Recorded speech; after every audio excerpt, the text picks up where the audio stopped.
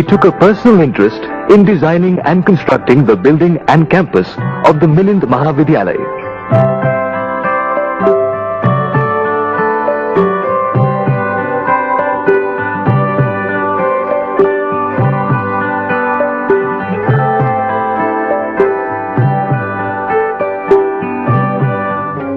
Greater challenges were awaiting Dr. Ambedkar. He had a mission to fulfill. Destiny awaited him in Delhi. In July 1942, Dr. Ambedkar was invited to join the Viceroy's Executive Council as a Labour member.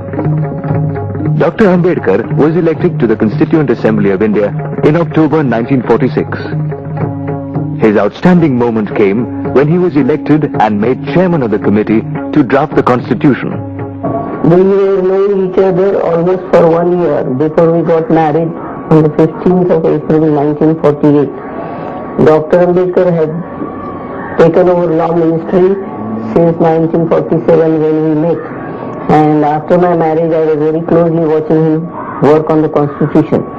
He was given the position as chairman of the drafting committee of the constitution, and as a very important position as a chairman, he had to work very hard to see that all schedules and articles in the constitution are discussed properly and all the members in the parliament know what they are doing.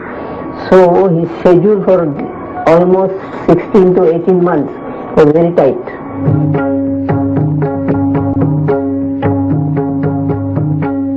It was, however, ironic that due to want of backing in the Bombay Legislative Assembly, he had to be elected to the Constituent Assembly on the backing of the scheduled caste members of the Bengal Assembly. I know that today we are divided politically, socially and economically. We are in warring camps, and I am probably the leader of one of the warring camps.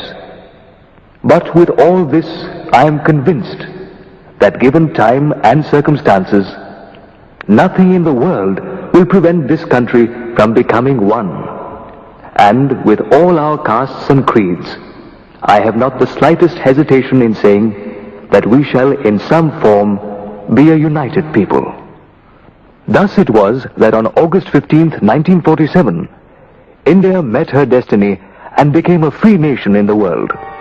Dr. Ambedkar, besides becoming the law minister in the interim government of Free India, was ordained to become the principal architect of the Constitution of India. The happiest person was Mahatma Gandhi.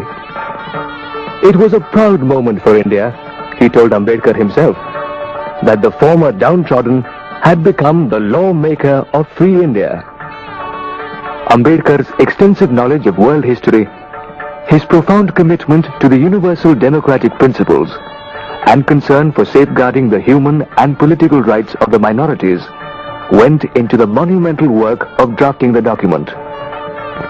His reply in the House on the prolonged discussion of the draft is considered among the remarkable speeches in India's parliamentary history.